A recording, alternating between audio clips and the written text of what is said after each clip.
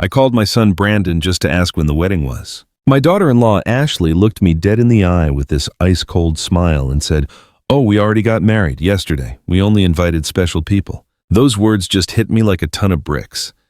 Special people. I'm the one who paid their $500 rent every month for 3 years. I bought every stick of furniture in their house and kept their fridge full when they couldn't.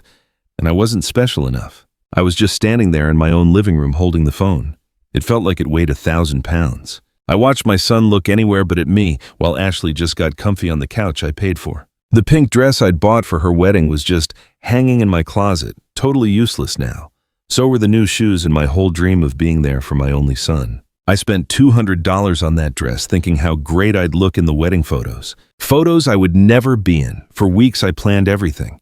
I'd even set aside $1,000 for their gift. I'd already called my sister Patricia in Chicago to tell her the good news. I'd cleaned my whole house thinking they might come by to celebrate. All of that was gone in a second because of what she said. Only special people. Brandon finally looked up and it sounded like he was reading from a script. "Mom, it was a private thing, really small. Just the two of us and our witnesses." But I knew that was a lie. I saw the pictures online. Ashley's parents were there posing proudly right next to them. I saw her brothers and sisters toasting with champagne. I saw Ashley's white dress, a dress I helped pay for with the $800 I gave her last month for expenses. I saw everything I wasn't meant to see. A week later, exactly 7 days after that, smack in the face, Ashley called me. Her tone was totally different. She wasn't the smug woman who cut me out of her wedding anymore. Now she sounded desperate, almost begging. "Margaret, the rent is due. The landlord is all over us. He's going to kick us out if we don't pay this week. You forgot to make the transfer." Her voice was shaking a little, like her whole world was falling apart. I didn't say anything for a few seconds. I was just thinking of all the times I ran to the bank to send that money. All the times I dropped my own plans to make sure they had a roof over their heads. All the times I ate beans and rice just so I could give them money for whatever they wanted. And now, after they shut me out of the most important day of their lives, she had the nerve to call me like nothing ever happened. "Ashley," I said, my voice so calm it even surprised me. I'm pretty sure I only help special people. The silence on the other end of the phone was so loud I could hear my own heart beating. For the first time in years, I wasn't the one who was shaking. She was. "Margaret, I don't understand," she stuttered. "We were always special to you. You're like a second mother to me." Lies. It was all lies. She wrapped it up in that sweet voice she only used when she needed something. The same one she used to ask for money for the wedding dress, for the honeymoon, for the rings. I helped pay for it all, not knowing I'd never even see the ceremony. For so many years, I'd felt like I was walking on eggshells, always careful with every single word. I did everything, bought every gift, just hoping for a little love back from my own son. I was the perfect mom. The mother-in-law who went along with everything, the silent aunt who never complained when they acted like I wasn't even there. But when he said, "only special people," something inside me just snapped, something that had been asleep for way too long. I started adding it all up in my head, how much I'd spent on them over those 3 years. The rent, the food gifts, emergencies. Every little thing they wanted. It was over $20,000. $20,000 that came out of my retirement, out of my savings, from the money my late husband left me to live out my final years in peace. And for what? So they could treat me like a total stranger at my own son's wedding. After I hung up the phone that night, I just sat on my bed and cried. But I wasn't crying because I was sad. I was crying because I was furious. All the frustration, all the years of swallowing my pride, it all came out. I cried for every time they made me feel like my love was a burden, like I was just in the way, like my money was the only good thing about me. I cried for the fool I'd been, for the woman I used to be before I lost myself, trying to make myself essential to people who saw me as disposable. When I woke up the next morning, something was different. It wasn't just the sting of being betrayed. It was something deeper, something colder. I got up and looked at myself in the bathroom mirror. Same tired eyes, same old wrinkles from years of giving love and getting nothing back. But there was something else in my eyes, a hardness I'd never seen before, a resolve that had been buried under years of just going along with everything. I went to the kitchen and made coffee, just like I have every morning for 40 years. But this time, I wasn't thinking about calling Brandon to see how he slept. I wasn't checking my phone, waiting for a text from him to say sorry for what he did yesterday. For the first time in a long, long time, I was the first thing on my own mind. I sat down at the table where I'd planned so many surprises for them, counted out cash for their bills, and cried to myself when they didn't seem to care. Now, this table was going to see something totally different. I pulled out my checkbook and my bank statements, and I started doing the math. I needed to see exactly how stupid I'd been in black and white. Monthly rent $500 times 36 months. That's $18,000. Groceries and stuff about $200 a month. That's another $7,200. Birthday gifts, Christmas gifts, anniversary gifts. At least $3,000. Ashley's medical bills, $800. The car loan, they never paid back $2,500. Fixing the air conditioner in their apartment, $600. The living room furniture, $1,200. That's $33,400. That was the price of my generosity. $33,400 I had wasted from my husband's inheritance, from my pension, from the savings I'd scraped together penny by penny after decades of hard work. All that money just thrown away to keep two grown adults comfortable who couldn't even bother to show me an ounce of respect. Then the phone rang. I saw Brandon's name on the screen. Usually my heart would have been pounding and I'd have run to answer it, hoping he was finally calling to say sorry, to say it was all a big misunderstanding. But this time, I just let it ring. Once, twice, 3 times. Finally, it stopped ringing. I just kept drinking my coffee like nothing happened. 10 minutes later, it started up again. It was Ashley this time. I ignored that one too. Then a text from Brandon popped up. "Mom, please answer, we need to talk." I just deleted it without a word. Around 2 o'clock in the afternoon, I decided to go for a walk. I hadn't done that in months just for myself. It was always for them, always some errand, running to the bank for their transfers, or the supermarket for whatever they needed, or the pharmacy to get Ashley's medicine. But today, this walk was just for me. I passed the park where I used to take Brandon when he was just a little kid. I remembered that sweet boy who'd hug me and say, I was the best mom in the world.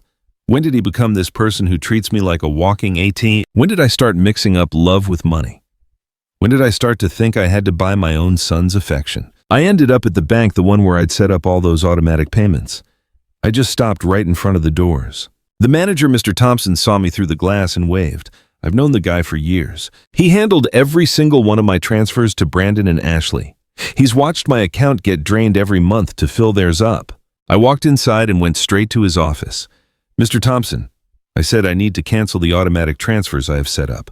He looked at me completely surprised. "For 3 years, those transfers went out like clockwork. Are you sure?" "Mrs. Patterson, did something happen?" He actually sounded concerned more than Brandon had in a long, long time. "What happened is that I finally opened my eyes," I told him. "I want to cancel everything, and I need to know how to protect my accounts. I don't want anyone else getting their hands on my money ever again." While Mr. Thompson was processing the cancellation, my phone wouldn't stop buzzing. Brandon, Ashley, then Brandon again. It was like they had some kind of sixth sense for when their money was about to be cut off. I just powered the phone all the way down. "Mrs. Patterson," Mr. Thompson said, handing me the papers. "I'm sorry if I'm overstepping, but I've seen how generous you've been with your family all these years. I just hope you're not being pressured into making these changes." What he said really meant something to me. This man who barely knew me outside of bank business showed more real concern for me than my own son did. "I'm not being pressured, Mr. Thompson. Actually, it's the opposite. I've finally stopped pressuring myself." When I walked out of that bank, I felt so light, like I'd left a huge weight behind in that office. For the first time in years, my money was all mine. I didn't owe a dime to people who just saw me as a bank account instead of their mother. On the way home, I thought about all the things I'd given up for Brandon and Ashley. The trips I never took just so I could save money for them. The friends I stopped seeing because I always had to be free for one of their emergencies. The hobbies I dropped because every dollar for me was a dollar not for them. When I got home, there were 3 cars parked out front. Brandon's, Ashley's, and one I didn't know. I could see people moving around inside my house through the windows. My blood ran cold. They had keys to my house. I gave them keys because I trusted them. I really thought they'd take care of me someday, just like I'd always taken care of them. I took a deep breath and opened the door. This was it, the first real showdown of my new life.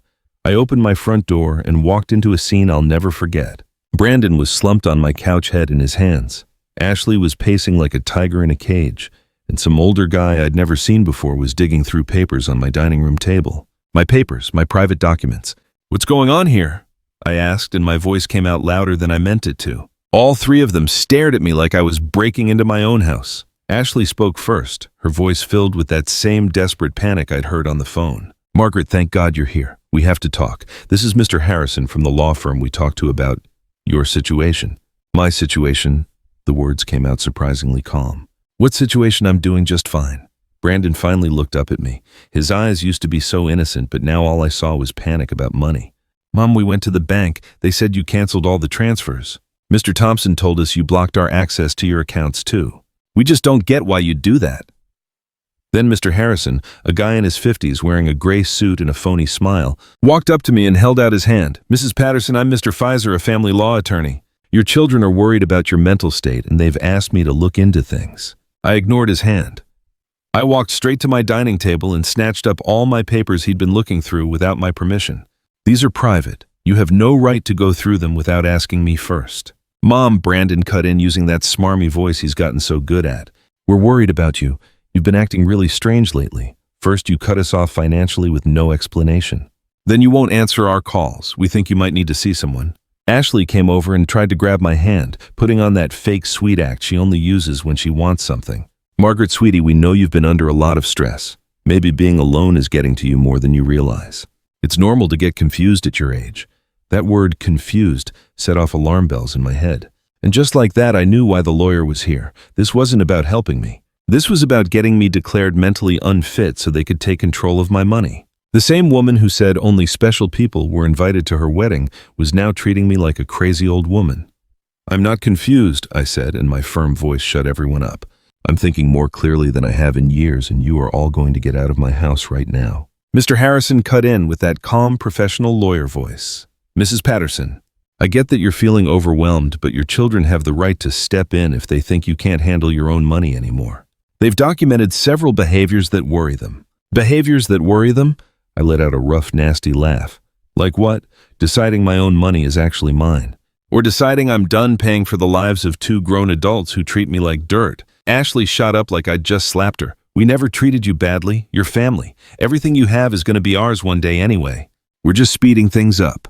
And there it was, the plain, ugly truth. Everything I owned was already theirs. In their heads, I was already gone, and they were just grabbing their inheritance early. It didn't matter if I had 70 years left or 70 days. To them, I was just a walking ATM that was starting to cause problems. Out, I said, pointing to the door. All three of you get out of my house. Brandon got up, making that pouty kid face he always makes when he doesn't get his way. Mom, we can't just leave. We've got bills, the rent, the car payments. The credit card you co-signed for. You can't just cut us off like this. Oh, I can't. My voice got louder for the first time. Who says I can't? For years, I've paid rent on a place that wasn't even in my name. I've stocked a fridge in a house where I wasn't even wanted. I paid for a life that you made damn sure I wasn't a part of. Mr. Harrison pulled a folder out of his briefcase and set it on my table. Mrs. Patterson, we've drawn up some papers to make this transition easier. It's a power of attorney so Brandon and Ashley can manage your finances for you. It would just be temporary, of course, until you're feeling better. I grabbed the folder, didn't even bother to open it, and threw it right in the trash. The only transition happening here is you three walking out that front door. Ashley started crying, but they weren't sad tears. They were tears of pure frustration, of anger she was trying to hold back. You can't do this to us, Margaret, she sobbed. We were depending on you. We made plans based on your support. We bought things. We took on debt because we knew you'd be there for us. Obligations based on my money, I shot back, not on my well-being. Not on my happiness, not on my company, just my money. And now that I've decided to spend my money on my own life, all of a sudden I'm some confused old lady who needs someone to look after her. Brandon tried to come closer, but I backed away. He wasn't that little boy anymore, the one who'd run to me after a bad dream. He was a 35-year-old man who just saw his own mother as a roadblock to his easy, paid-for life. Mom, we messed up, he said, trying to sound sorry. The wedding, that was just a misunderstanding. Ashley was nervous I was stressed out. We can fix this. You just need to be reasonable again. Reasonable. The word felt like poison. Reasonable means I keep paying for your life while you treat me like I don't exist. It means I'm supposed to pretend it didn't kill me to be left out of my own son's wedding. Mr. Harrison started packing up his papers like a guy who's used to getting shot down. Mrs. Patterson, this isn't over. Your family has legal options. If you're really making irrational choices because of your mental state, a judge can decide you need a guardian. His words hit me like a punch to the gut. I realized this wasn't just them trying to guilt-trip me. This was a real threat. They actually wanted to have me declared incompetent. Mr. Harrison, I said, looking him straight in the eye, I'd suggest you do your homework before you threaten a 71-year-old woman who's handled her own money perfectly for the last 40 years. The woman who raised her son alone after her husband died, who ran a home and worked an honest job until she retired, and who up until last week was bankrolling two perfectly capable adults. Ashley's tears just stopped. She gave me a cold look that finally showed her true colors. This isn't over, Renati. We have rights and we have lawyers too. Perfect, I shot back. Hire all the lawyers you want, with your own money, of course, because you're not getting another dime from me for your little legal tantrums. The three of them walked to the door, all puffed up like people who've never been told no. Before walking out, Brandon turned to me one last time. Mom, this is going to end really badly for you. You're going to end up all alone with nobody to take care of you when you really need it. Brandon, I said with a deep sadness, but also with total clarity, I'm already alone. The difference is now it's my choice. Not because you neglected me. As I shut the door behind them, I just stood in my living room, surrounded by the best-sounding silence I'd heard in years. It was the sound of freedom. That night I couldn't sleep, but it wasn't from sadness or regret. It was the adrenaline rush from taking back control of my life. I just lay there wide awake, planning my next moves like a general getting ready for battle. If Brandon and Ashley wanted a fight, I was going to give them a war. But it was a war I'd fight with my head, not my emotions. At 6 in the morning, I was already dressed and ready to go. My first stop was the lawyer's office, Mr. Collins, a guy I met years ago when I handled my husband's will. Unlike Mr. Pfizer, the guy Brandon and Ashley brought with them, Mr. Collins had a perfect reputation and specialized in protecting the rights of seniors. Mrs. Patterson, he told me as I explained everything. What your children tried to pull yesterday happens more often than you'd think. It's called elder financial abuse, and it's a federal crime. The fact they came into your house without permission and went through your private papers is also against the law. His words made me feel both relieved and worried. I was relieved because they proved I wasn't crazy, that what happened was genuinely abusive. But I was worried because I realized this was way more serious than I'd thought.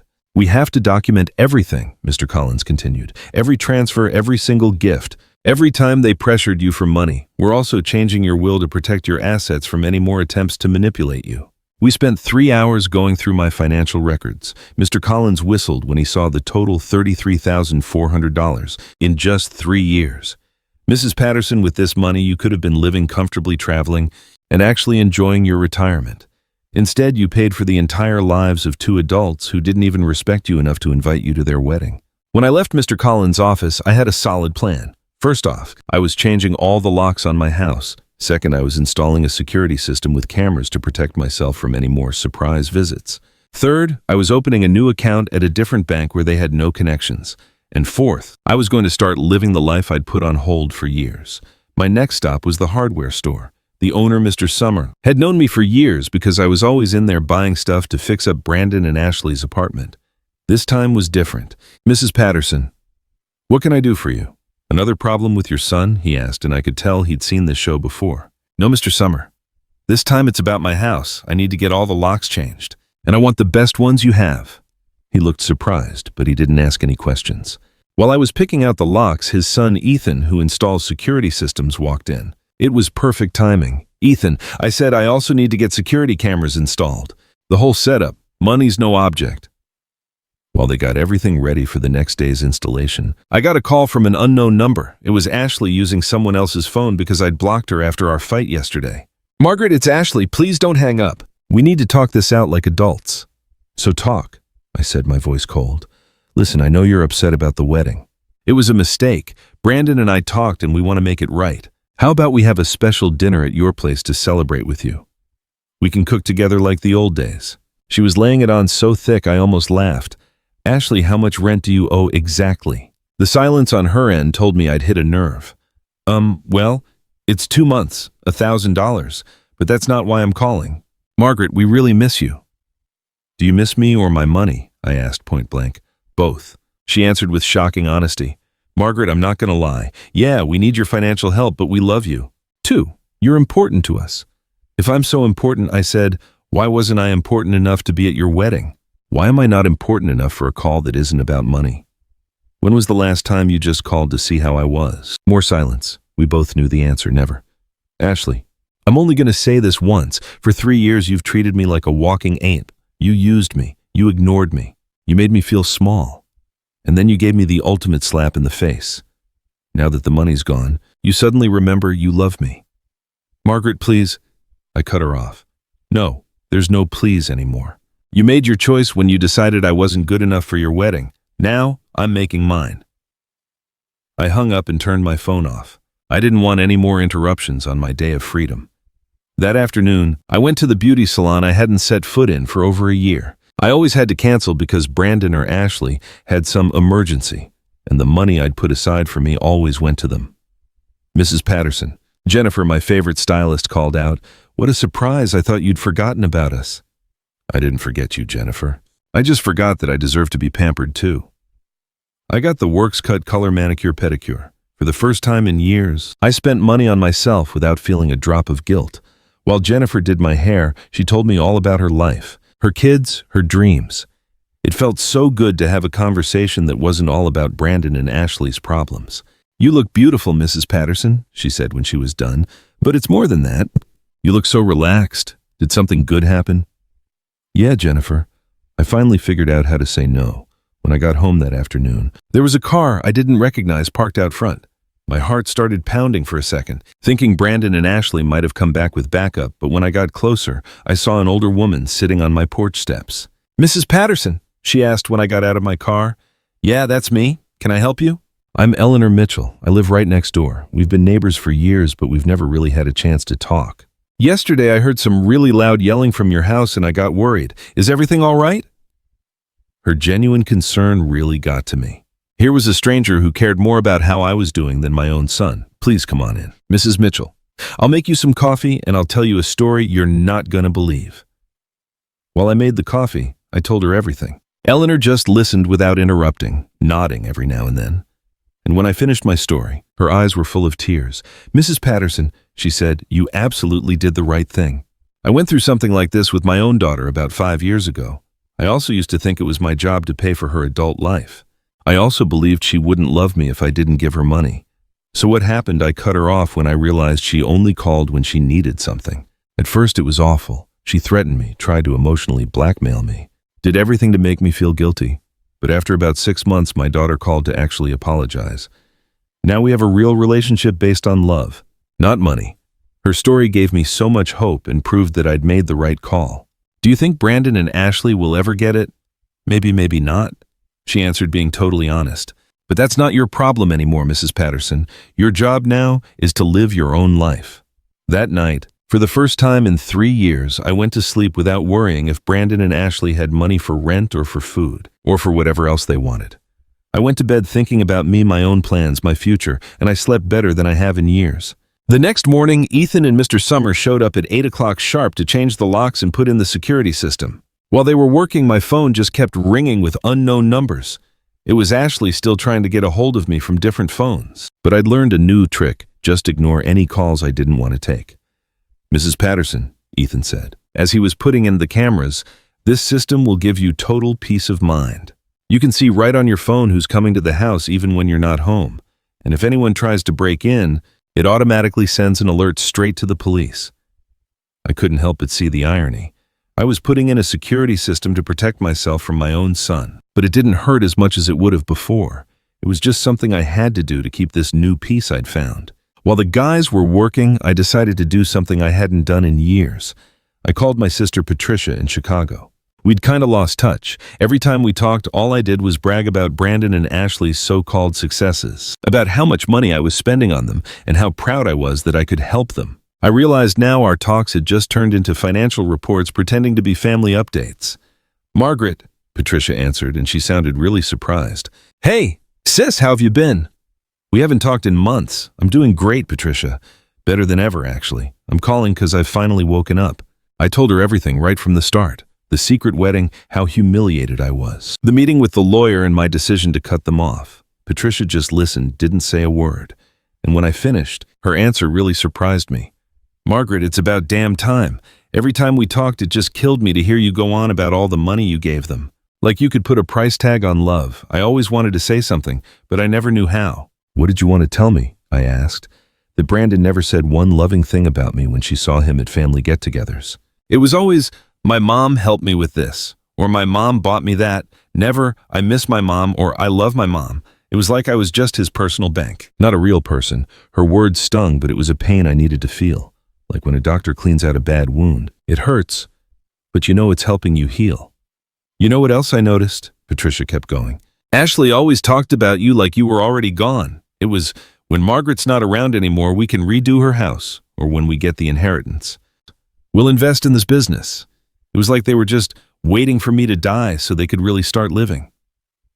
That realization hit me like a ton of bricks. They didn't just see me as an ATM. They saw me as an obstacle standing between them and my money. All that time I was trying to make them happy, they were just planning a future without me. After I got off the phone with Patricia, I just sat in my kitchen trying to process everything. All those years of marriage to a man who truly loved me, 35 years of raising my son alone after my husband died, and 3 years of bankrolling 2 adults who saw me as a $100,000 problem. The doorbell rang and I saw on the new cameras that it was Eleanor holding a mug. I opened the door and she handed me a hot cup of coffee. I figured you could use some company after everything you told me yesterday, she said with that genuine smile I was starting to get used to. We sat in my living room and Eleanor told me more about what she went through. My daughter used to say the exact same things to me that Ashley says to you. You're like a second mom to me. We're so special to you. It's all going to be ours one day anyway. Those are just lines, Mrs. Patterson. It's like they learned them from some emotional manipulation playbook. You really think a playbook like that exists? I asked, half joking. Not a real one, but it sure seems like they're all reading from the same script. Chapter 1 is make her feel like you can't live without her. Chapter 2 is to keep creating money emergencies. Chapter 3, when she starts to push back, make her think she's losing her mind. We both laughed, but it was a bitter laugh. It was both funny and tragic to see such predictable games in how our own kids were acting. Did you ever feel guilty for cutting off the money? I asked Eleanor. Every single day for the first 3 months, she answered honestly. But then I started seeing a change. My daughter had to get a second job.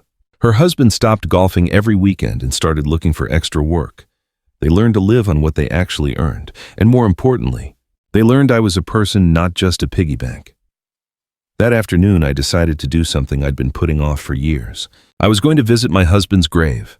I always made excuses saying Brandon or Ashley needed something urgently or that the cab fare was better spent on one of their emergencies. The cemetery was quiet and really beautiful. Robert's grave looked a little neglected since I hadn't been by to clean it for months.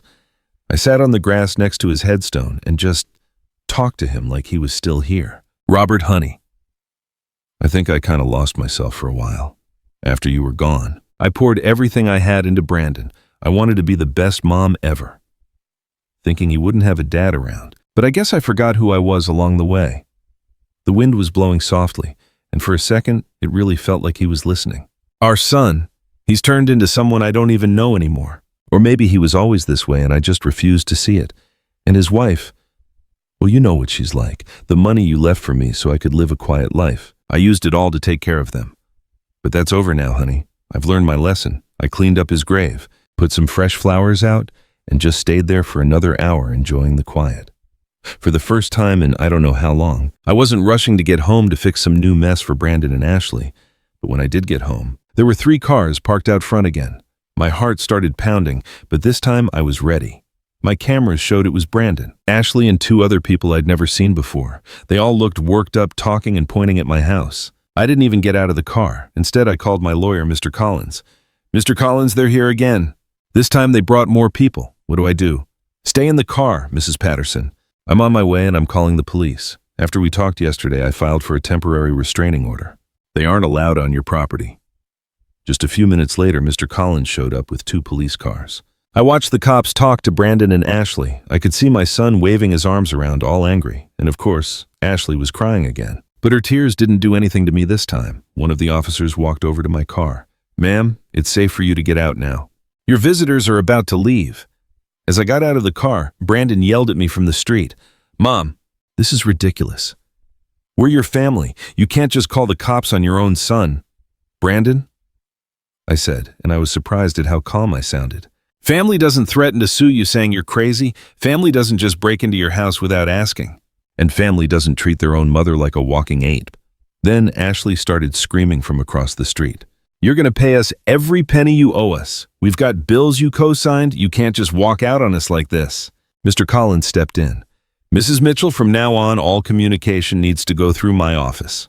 And I'd suggest you talk to a lawyer before you start making threats, because my client has records of every single payment she willingly made for the last 3 years. I watched them get in their cars and drive off. They looked defeated, but I knew they weren't giving up. This was far from over. But for the first time in all of this, I actually felt strong. I had a lawyer helping me. I had Eleanor supporting me. And most importantly, my head was clear about what was right and what was wrong. That night, Eleanor had me over to her house for dinner. I met her daughter, who was in town visiting. And I got to see with my own eyes what a real, healthy family looks like. They were just so respectful with each other. We really talked about our lives and even laughed. Her daughter didn't ask for a dime the whole night. That's what I wanted with Brandon. I admitted to Eleanor after her daughter went home. "And maybe you'll get it someday," she said. "But first, he needs to learn you're a person who deserves respect, not just his personal aim." For the first time in weeks, I actually went to bed feeling hopeful.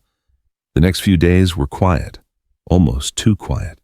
The security cameras showed me Brandon and Ashley driving past my house a few times a day, sometimes creeping by, sometimes just parking for a few minutes without getting out. It was like they were watching my every move, trying to find the perfect time for whatever they were planning next. Mr. Collins had told me to write down every single visit, so I kept a log with the date and time. "Their persistence is only going to help us," he'd said.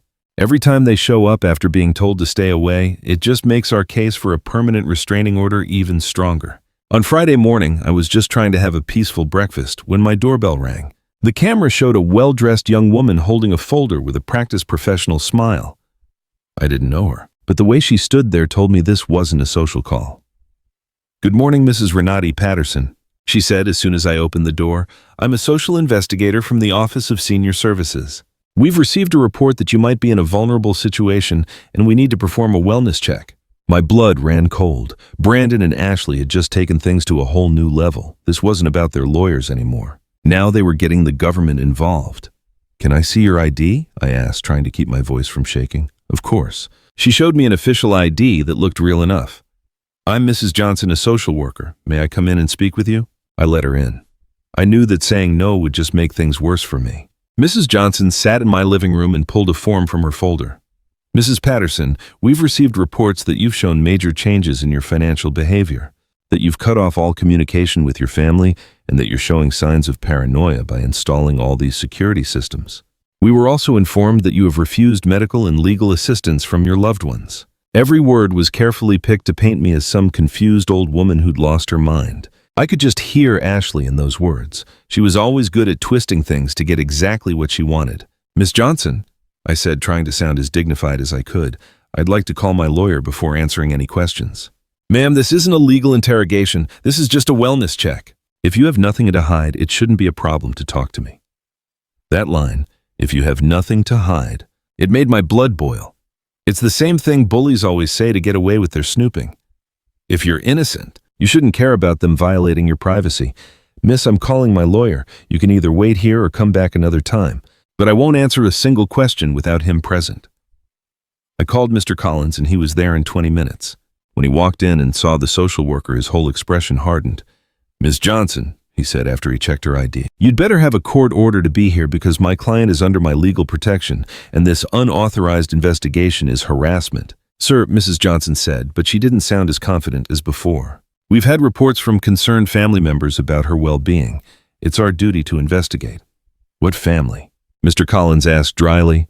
"The same family that tried to get her to sign over power of attorney without a lawyer, the same one that broke into her house without permission and went through her private papers, the same family that shut her out of important events while living off her money." Mr. Collins pulled a folder from his briefcase and put it on the table. "In here, I have all the proof of my client's financial and emotional abuse. $33,400 taken from her accounts in 3 years. They systematically isolated her and emotionally blackmailed her. If anyone here needs to be investigated, it is not my client." Mrs. Johnson looked through the documents, getting more and more uncomfortable. It was obvious the story she'd been told wasn't the truth. "Mrs. Patterson," she finally said, "can you tell me why you suddenly cut off financial support for your son?"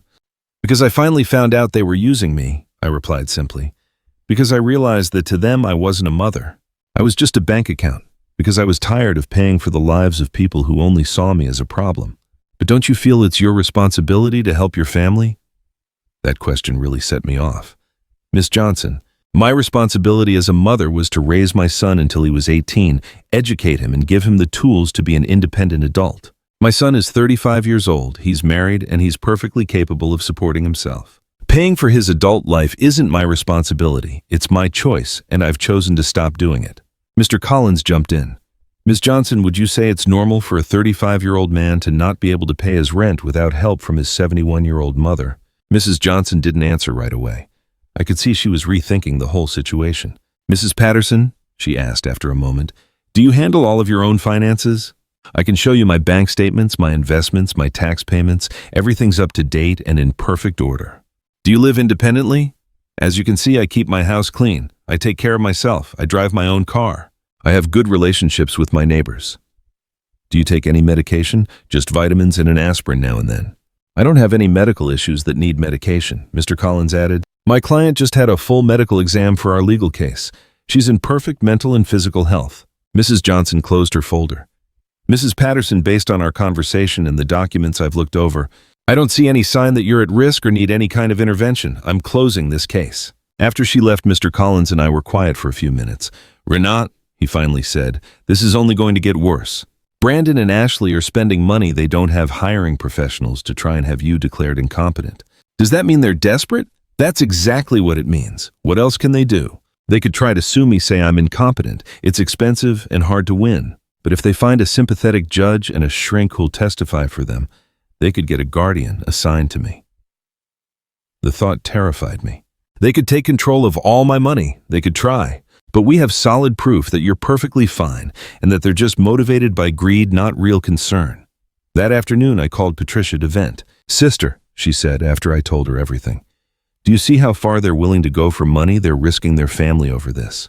They're spending money on lawyers and doctors, ruining their own reputation, all just to get back into your bank account. Her words really made me think. Brandon and Ashley had shown their true colors. There was no going back. There was no way we could ever really make up. To them, I was never a mother or a respected mother-in-law. I was always just a walking atom. As painful as that was to realize, it was also freeing. I didn't have to second-guess myself anymore. I didn't have to feel guilty for protecting myself. They proved that my well-being meant less to them than my money. That evening, Eleanor came over with a surprise. She'd invited her friends from the garden club to meet me.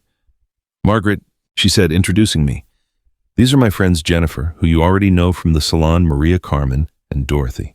We've all been through similar things with family taking advantage of us. We spent the rest of the night sharing our stories. Maria had to draw a line with her brother, who was always hitting her up for cash. Carmen cut ties with a daughter who only came around when she needed money. Dorothy had to change her will after finding out her grandkids thought of her as their retirement plan. What hurts the most, I admitted, isn't losing the money I gave them. It's realizing the love I thought I had was never real. Margaret, Dorothy said with the wisdom of her 80 years, you can't buy or sell true love. If you had to pay for it, it was never real to begin with. Her words were exactly what I needed to hear. She was so right. I had bought attention, not love. I was just paying for an illusion. You know what I've figured out? I said to my new friends. Being lonely around people who don't love you is way worse than being alone by yourself. At least now, when I'm alone, I'm in good company. Everyone laughed and we toasted to that. That night after my new friends left, I sat in my garden just thinking. The stars looked brighter than ever, or maybe I was just finally seeing clearly. For the first time in my adult life, I was completely on my own financially. I had no one depending on me and I didn't owe anyone a dime. And instead of scaring me, it was exciting. I could travel whenever I wanted. I could remodel my house. I could buy myself nice clothes. I could donate to charities that I actually cared about. I could invest in my own future instead of funding the lives of ungrateful people. Freedom felt like hope. And for the first time in years, I wanted to plan for my future. A month after the psychiatrist visit, I thought I'd finally won the war. I had settled into a really nice routine. I'd have a quiet breakfast and read the paper. I'd spend time in my garden. I'd have lunch with Eleanor or one of my new friends. In the afternoons, I got back into things I hadn't done for years. I started painting again, something I loved before I became Brandon and Ashley's personal bank. But one Thursday morning, while I was painting flowers on my new easel, Mr. Collins showed up looking so grim it made my blood run cold. Margaret, we need to talk. Brandon and Ashley have filed a lawsuit in family court to have you declared mentally incompetent. They're asking for a legal guardian to be assigned to you. The words hit me like a ton of bricks. I knew it was a possibility, but hearing it out loud made it real, and it was terrifying. Does that mean they can take my money? If a judge decides you can't manage your own affairs, yes. He could make Brandon your legal guardian, which would give him complete control over your money. I just sank down on my sofa feeling the worst betrayal of my entire life. My own son was trying to legally declare me crazy just to steal my money. Mr. Collins, what proof could they have? You've seen for yourself that I'm perfectly fine. They have statements from 3 witnesses who claim you've been acting erratically. They also handed in unpaid doctor's bills you supposedly didn't pay and pills you supposedly stockpiled instead of taking. But that's a lie. I don't have any unpaid doctor's bills or a stash of medicine. I know Margaret, but they've faked some convincing evidence. They also have a statement from Dr. Lehman, who says you refused a psychiatric evaluation, which they're using as proof that your mind is failing. The whole thing was just evil. They twisted my refusal to take a stupid, unnecessary exam into proof that I'm mentally ill. They used the fact that I was trying to protect myself from them as proof that I needed their protection. Who are the 3 witnesses? Mr. Collins looked at his papers. Ashley, of course, a neighbor named Mr. Davis, and someone who says he's your pharmacist, a Mr. Green. Mr. Davis was the neighbor from across the street, a nasty man who always gave me a hard time because my friends would sometimes park in front of his house. Mr. Green really is my pharmacist, but I couldn't figure out what he'd have against me. I need to talk to Mr. Green, I said to Mr. Collins. Something's not right. We went over to the pharmacy together that afternoon. Mr. Green looked surprised and nervous to see me. Mrs. Patterson, it's good to see you. How are you, Mr. Green? I was told you signed a paper saying I act erratically with my medications. His face turned bright red. Mrs. Patterson, your daughter-in-law came in a few weeks ago asking about your medicine. She said she was worried because you were acting strange. And what did you tell her? I explained that you only buy vitamins and sometimes an aspirin, that you don't have any regular prescriptions. But she insisted that was proof you weren't taking care of your health. Mr. Collins jumped in. Mr. Green, did you sign a paper? She brought a document that said I was confirming that Mrs. Patterson had irregular medication purchases. I thought it was for her health insurance or something. I didn't know it was for a lawsuit. My own pharmacist had been tricked into signing something he didn't really understand. Ashley would stop at nothing. Mr. Green, I said, I need you to write down exactly what happened and that I'm not having any problems with my medicine. Of course, Mrs. Patterson, I'm so sorry for this whole misunderstanding. After that, we went to face Mr. Davis. When we knocked, he answered the door looking really angry. What do you want? Mr. Collins said, I understand you signed a statement about my client. That's right, I did. The woman's nuts. She's been acting weird for weeks. Can you tell me exactly what you saw? Putting up cameras like she's in a war zone, having strangers over all the time, screaming at her family on the street. I realized Mr. Davis was twisting everything. The cameras were for my own safety. Those strangers were my new friends, and I was yelling because I was defending my home from Brandon and Ashley. Mr. Davis, I said, do you have any idea why I put up those cameras? Nope, and I don't care. It was to protect myself. My son and his wife broke into my house and threatened me. That's exactly what a crazy person would say. He shot back. There was just no reasoning with him. He was twisting everything he saw on purpose. That night, Mr. Collins and I planned our next move. Margaret, we need to get our own psych evaluation. I have a colleague, Dr. Moore, who's an expert in this. She can officially state that you're completely sane. But what if Brandon and Ashley paid off the judge? What if it doesn't even matter? What if they've already decided I'm incompetent? Margaret, the system isn't perfect, but it's not completely crooked either. We have proof that you're fine and that they're just after your money. We're going to fight this. The next day, I had my appointment with Dr. Moore. She was in her 50s with kind but very sharp eyes. Mrs. Patterson, I'm going to ask you some questions and run a few tests to check your mental state. Just take your time and be honest. For the next 2 hours, she asked me all about my memory, how I reason things out, how I handle my money, and my emotional health. She also gave me puzzles and math problems to solve. Mrs. Patterson, she said when we were done, your results are way above average for someone your age. You're not just competent, your mind is in excellent shape. Doctor, why would my family do this to me? From everything you've told me and the documents I've seen, it looks like a classic case of someone trying to take advantage of an older person for their money. It's sad, but it happens all the time. I left her office feeling relieved, but also really sad.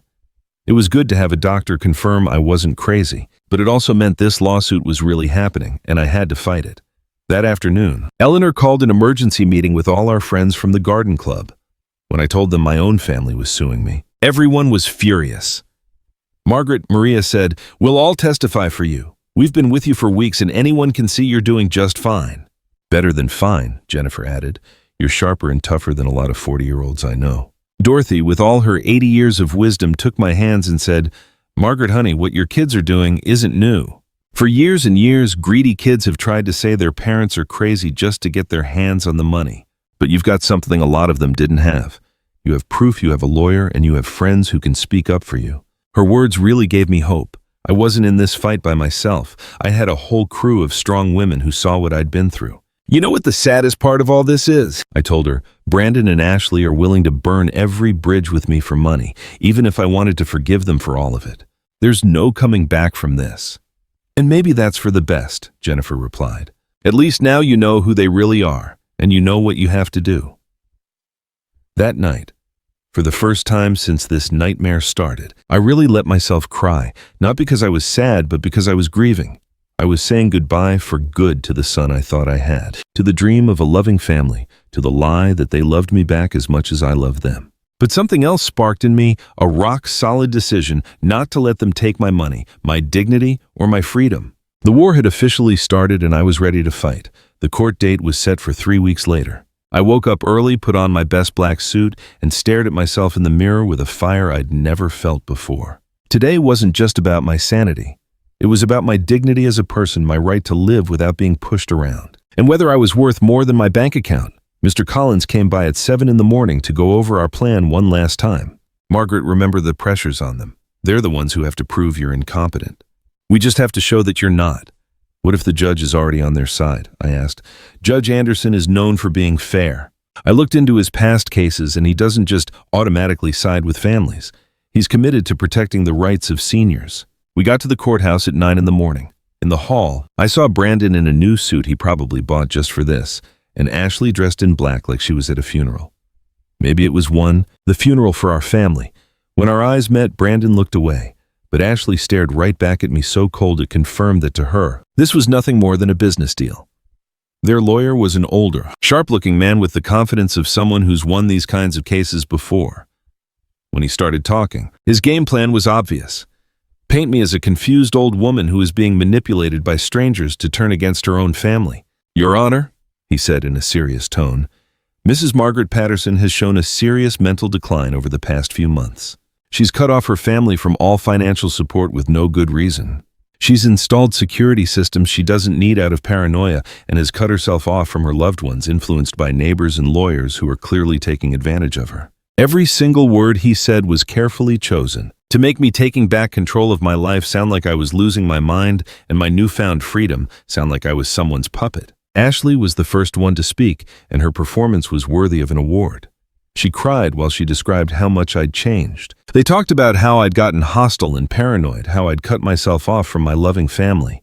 Your Honor, she said, her voice all shaky, Margaret has always been like a second mom to me.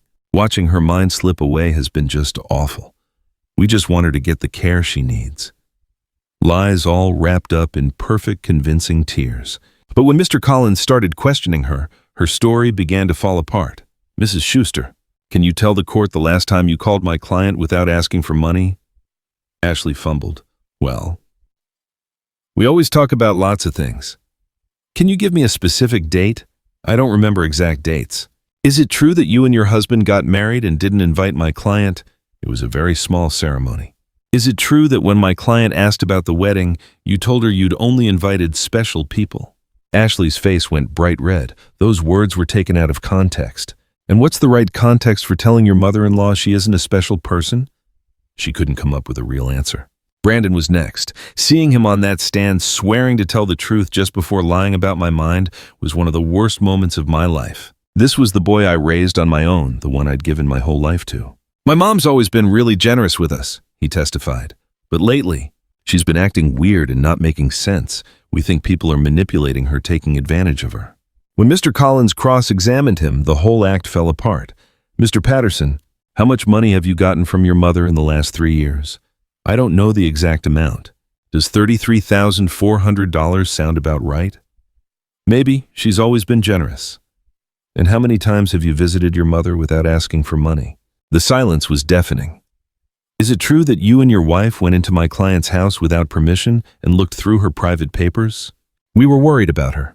Is it true you brought a lawyer over to pressure her into signing a power of attorney? We wanted to help her manage her finances. You're 35 years old. Do you need your 71-year-old mother to help you pay your rent? Brandon couldn't answer. He just looked down. Mr. Davis testified about my supposed strange behavior, but when Mr. Collins asked him for specifics, he admitted he'd never even spoken to me directly, and that everything he knew was just based on stuff he'd seen from afar. Dr. Lehman testified that me refusing his evaluation was proof my mind was going, but Mr. Collins showed the court the paperwork from my evaluation with Dr. Moore, which completely destroyed his argument. Then it was our turn.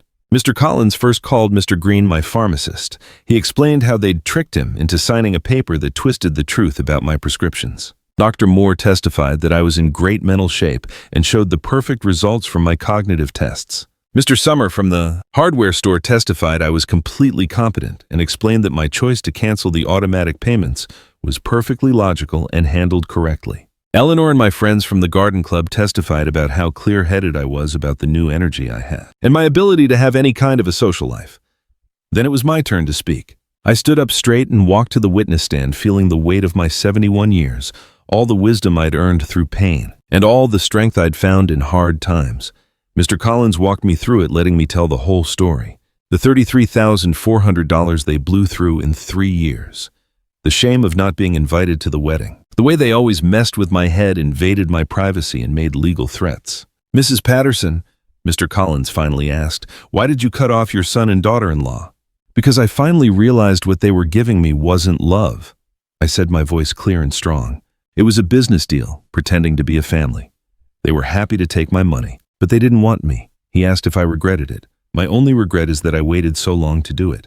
Brandon's lawyer tried to make me sound confused when he questioned me, but I answered every single question perfectly clearly. When he suggested my new friends had been manipulating me, I told him that for the first time in years, I had friendships built on respect, not on what was in my bank account. In his closing argument, Brandon's lawyer kept saying I was a victim who'd been manipulated. Mr. Collins's response completely destroyed them. Your Honor, what we've seen here isn't a case of some helpless old woman, but of a woman who finally found the courage to break free from years of financial and emotional abuse. They haven't shown a single piece of medical evidence that she's mentally incompetent.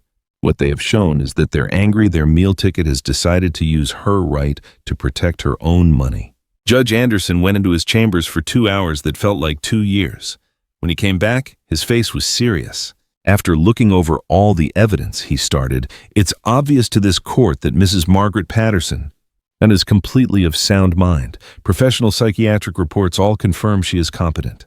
Her financial choices, as difficult as they are for her family, are perfectly rational and well within her rights. My heart started racing. The judge wasn't finished. The evidence suggests this whole lawsuit is about money, not about any real concern for Mrs. Patterson's well-being. The court completely denies the request for guardianship. I'd won. It wasn't just the lawsuit. I'd won my freedom, my dignity, and the right to live without them using me. When we left the courthouse, I saw Brandon and Ashley arguing with their lawyer. Ashley shot me a look of pure hate before she stomped off. Brandon looked at me one last time, and for a split second, I thought I saw regret in his eyes. But it was far too late for that. That night, Eleanor threw a party at my house with all our friends. We toasted to justice, to freedom, and to strong women who stick together. Margaret, Dorothy said to me, you didn't just win a court case today, you won your life back. She was right. For the first time in forever, my future was all mine. I could travel. I could find love. I could create. I could finally live without being scared, without feeling guilty, and without being manipulated. 3 months later, I sold the house and moved into a beautiful apartment near the city. I gave half the money to charities that protect seniors from family abuse. With the other half, I started living the life I'd always dreamed of. I traveled all over Europe, took some art classes, and joined a few volunteer groups.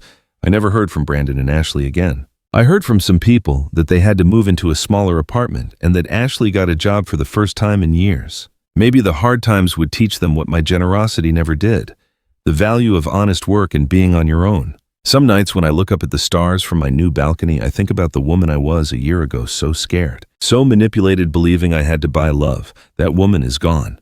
And in her place, someone new was born who finally gets a simple truth. You can't put a price tag on true love, and freedom is always worth the cost. My name is Margaret. I'm 72 years old, and I've finally learned that the most important person I need to love and protect is myself. If you liked my story, you can help me write more by making a donation. Thank you for that. So what about you? What would you have done in my shoes? I'd love to hear what you think. So please share it with me in the comments. I'm always curious about your opinions, and also let me know where you heard this story. For more life stories like this one, like this video and subscribe to my channel. There are so many other stories waiting for you. Thank you from the heart.